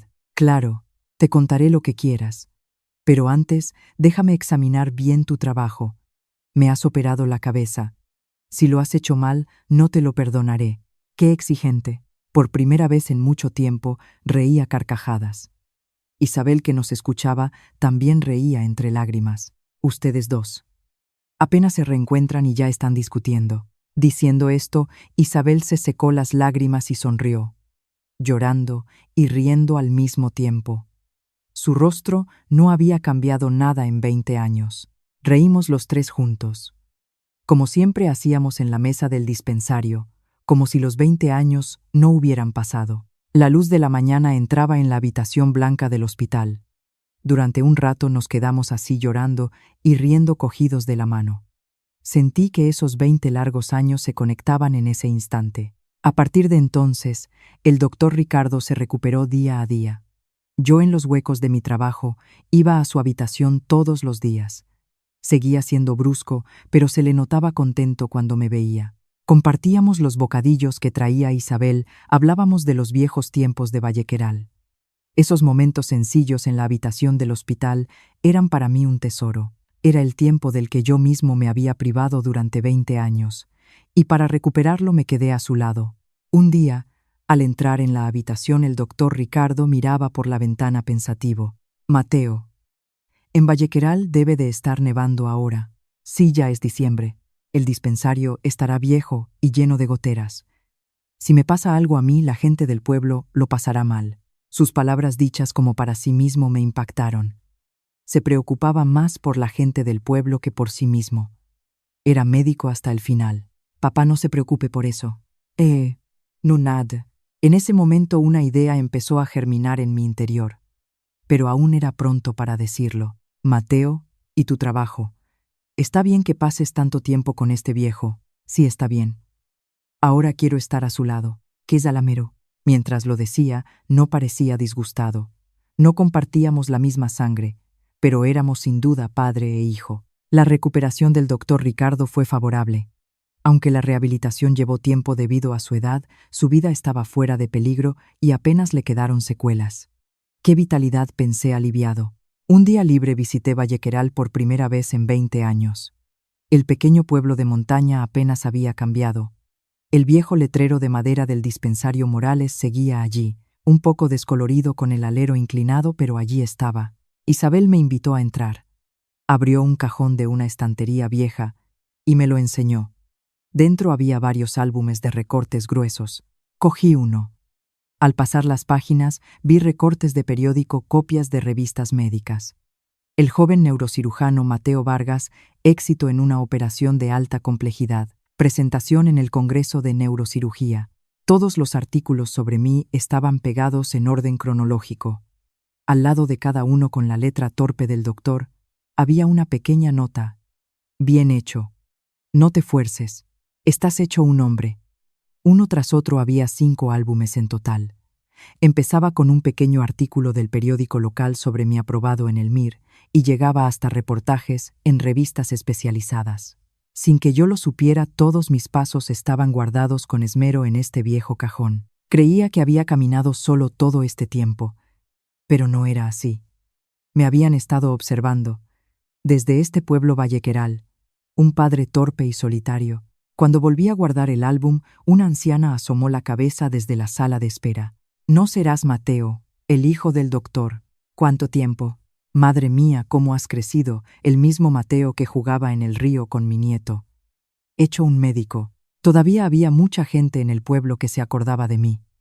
A pesar de no haber vuelto en 20 años, este pueblo no me había olvidado. Mi lugar siempre había estado aquí. No podía dejar de pasar las páginas. En la última página del último álbum había un sobre. En él estaba escrito mi nombre, para Mateo Vargas. Eso. Lo escribió él hace muchos años. Pensaba dártelo si alguna vez te veía, pero al final nunca lo hizo. Con las manos temblorosas abrí el sobre. Dentro, con la letra áspera del doctor, ponía: Mateo, hace mucho que te fuiste. Estás bien sabiendo cómo eres, no me preocupo. Solo quiero que recuerdes una cosa. Ser médico no es una cuestión de técnica. Es una cuestión de corazón, de no rendirse nunca ante una vida. Espero el día en que tú te conviertas en el todavía puede salvarse de alguien. Ricardo, espero el día en que tú te conviertas en el todavía puede salvarse de alguien. Apreté la carta contra mi pecho. Cerré los ojos e imaginé. El dispensario, tarde en la noche, después de la consulta. El doctor Ricardo solo en su escritorio, recortando mis artículos con unas tijeras, pegándolos en el cuaderno con sus manos torpes, añadiendo una pequeña nota. Esas noches se habían repetido una y otra vez durante 20 años. Era un hombre de pocas palabras. Nunca me dijo que fuera a verle ni que le llamara. Simplemente esperó en silencio. A que yo volviera por mi propio pie. A que me convirtiera en el médico que salva vidas. El doctor siempre había estado esperando que yo me convirtiera en un médico que salva vidas. E irónicamente, la primera persona a la que salvé en el verdadero sentido de la palabra fue a usted, papá. En ese momento oí las voces preocupadas de la gente del pueblo en la sala de espera. El doctor ya está mayor. Podrá seguir con el dispensario. Si cierra, ¿quién nos atenderá? El hospital más cercano está a más de 1 hora. Para los viejos es imposible. Era verdad. El doctor Ricardo ya tenía 75 años. Con el accidente ya no podría seguir llevando solo el peso de la sanidad del pueblo. Si el dispensario cerraba Vallequeral, se quedaría sin médico. Y en este pueblo de ancianos, eso era una cuestión de vida o muerte. Escuchando sus voces, mi decisión se fue afianzando. Mentiría si dijera que no me daba pena dejar mi vida en el hospital universitario, las operaciones complejas, la investigación. Pero sentía algo con más fuerza. No puedo dejar que la luz de este pueblo se apague. Este lugar que el doctor ha protegido durante más de 50 años. Este calor que me dio. Ahora es mi turno de protegerlo. Y además pensé, siempre había querido que alguien me necesitara, desde aquella época en casa de mi tío, donde me trataban como si no existiera. Este pueblo necesita un médico. Aquí hay un lugar que me necesita. ¿Qué mayor felicidad puede haber? Mi decisión estaba tomada. Esa noche me senté frente al doctor Ricardo e Isabel. Papá, señora Isabel, he tomado una decisión. Quiero hacerme cargo de este dispensario. Me miraron sorprendidos. ¿Qué dices? Eres un gran neurocirujano en un hospital universitario. Encargarte de un dispensario de pueblo es un desperdicio de tu talento. No, Mis raíces están aquí. Fue viendo su espalda en este pueblo como quise ser médico. Más que realizar muchos casos en un gran hospital, quiero atender a las personas de este pueblo con sus nombres y sus caras. Como usted me enseñó, el doctor Ricardo me miró en silencio. Sus ojos volvían a estar húmedos. Además, se lo prometí. Recuerda que volvería cuando fuera un médico de verdad. He tardado 20 años, pero ahora quiero cumplir esa promesa. Y hace poco me he dado cuenta de algo. He visto a muchos pacientes en el hospital. He realizado operaciones difíciles, pero lo que de verdad quería ver era a cada paciente con su cara y su nombre. Como usted ha hecho siempre en este pueblo. Quizás llevaba todo este tiempo queriendo recordarlo. Mientras hablaba sentí un gran alivio en mi pecho. Sentí que por fin había encontrado mi verdadero deseo perdido durante tanto tiempo. Tras un largo silencio, el doctor Ricardo resopló como de costumbre, y con su voz grave dijo: «Haz lo que quieras. Pero una cosa, no llames a los pacientes por su número, llámales por su nombre. Si no puedes hacer eso, no te lo permitiré». «Sí». Por supuesto, respondí sonriendo y asintiendo. «Gracias, Mateo. Ahora el pueblo puede estar tranquilo». Y Ricardo, qué alegría tan grande. ¿Quién ha dicho que esté alegre? Mientras lo decía, la voz del doctor volvía a sonar emocionada, y así fue como cumplí mi promesa de 20 años. Volveré cuando sea un médico de verdad. La promesa que hice en la parada del autobús. Di un pequeño, o más bien un gran rodeo, pero por fin, en el verdadero sentido de la palabra, había vuelto a casa. Han pasado 3 años. Ahora soy el director del dispensario Morales, la segunda generación. Cuando dejé el hospital universitario, muchos me dijeron que era una lástima, que iba a enterrar mi talento en un pueblo, pero estoy sinceramente satisfecho con mi vida actual. Por la mañana, cuando abro la persiana del dispensario, ya hay varios ancianos esperando. «Buenos días, doctor», me saludan. «Buenos días», respondo. Conozco la cara y el nombre de cada uno. Hoy tengo que mirar la atención de fulanito. A menganito no se le habrán acabado las pastillas. He llegado a ver la vida de mis pacientes. Algo inimaginable en mi época del hospital. Creía que el éxito como médico era realizar muchas operaciones y ser conocido. Pero quizás el verdadero trabajo de médico reside en esta acumulación diaria humilde y cálida. Lo que el doctor Ricardo protegió durante 50 años fue este tiempo normal y corriente, pero increíblemente valioso. Al dispensario siguen viniendo los ancianos del pueblo. Los llamo a cada uno por su nombre, charlo con ellos y los examino con atención. El dolor de espalda, la tensión, las noches de insomnio, pequeñas quejas a las que no tenía tiempo de atender en el hospital, pero que para ellos son importantes. Cuando me ve el doctor Mateo me quedo más tranquila. Que me digan, eso es mi mayor alegría. Una alegría que nunca experimenté en el hospital. Por cierto, recuerdo una cosa. Sobre mi tío, el que me abandonó en la nieve. Al poco de hacerme cargo del dispensario, oí por casualidad que estaba ingresado en un hospital enfermo. Por un momento sentí una mezcla de emociones. Pero curiosamente, ya no sentía rencor. Recordé las palabras del doctor Ricardo: olvida a la persona que te abandonó. Con que te acuerdes de la persona que te recogió es suficiente. Dejé de odiar a mi tío. Irónicamente, gracias a que me abandonó en aquel lugar, pude conocer al doctor Ricardo. La vida da muchas vueltas. Ahora incluso siento gratitud por todo. El doctor Ricardo está completamente retirado. Pero los días que se encuentra bien, se sienta en una silla vieja en un rincón de la consulta y observa mi trabajo en silencio. A veces interviene brevemente. Mateo, ese abuelo no se toma bien las pastillas, así que recuérdaselo cada vez. Yo lo sé, papá. Cuando lo llamo papá, siempre se gira como avergonzado. Pero me gusta ver su perfil, que no parece del todo disgustado. El doctor Ricardo ya no empuña un bisturí, pero su diagnóstico, fruto de años de experiencia, sigue siendo certero. Cuando dudo, su comentario breve me ha ayudado en innumerables ocasiones. Ahora somos como un solo médico, pero con 2 cuerpos, su experiencia y mi técnica moderna. Juntas han convertido este pequeño dispensario en un lugar mucho más fiable que antes. Y la gente del pueblo está encantada. El dispensario no ha cerrado y además ha venido un médico joven y bueno. Vallequeral parece haber recuperado un poco de su vitalidad. Isabel sigue sirviendo té caliente y bocadillos a todos en el dispensario. Los ancianos vienen deseando probar sus bocadillos. Después de la consulta charlan animadamente en la sala de espera. El dispensario no es solo un lugar para curar enfermedades, sino también un refugio para el corazón de la gente del pueblo. Eso también es algo que el doctor e Isabel construyeron a lo largo de muchos años, y yo protegeré este lugar para que nunca desaparezca. En la estantería del dispensario siguen los viejos álbumes de recortes. Mis artículos que el doctor Ricardo pegó durante tantos años.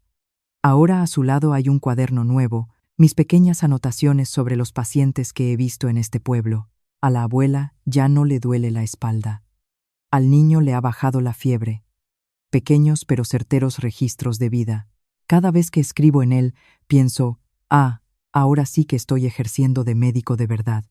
La satisfacción sólida con los pies en la tierra que el doctor experimentó durante 50 años, yo también empiezo a hacer la mía. Hace poco pasó algo. Era una noche de ventisca. Una madre joven llegó corriendo al dispensario con su hijo pequeño, que tenía fiebre alta.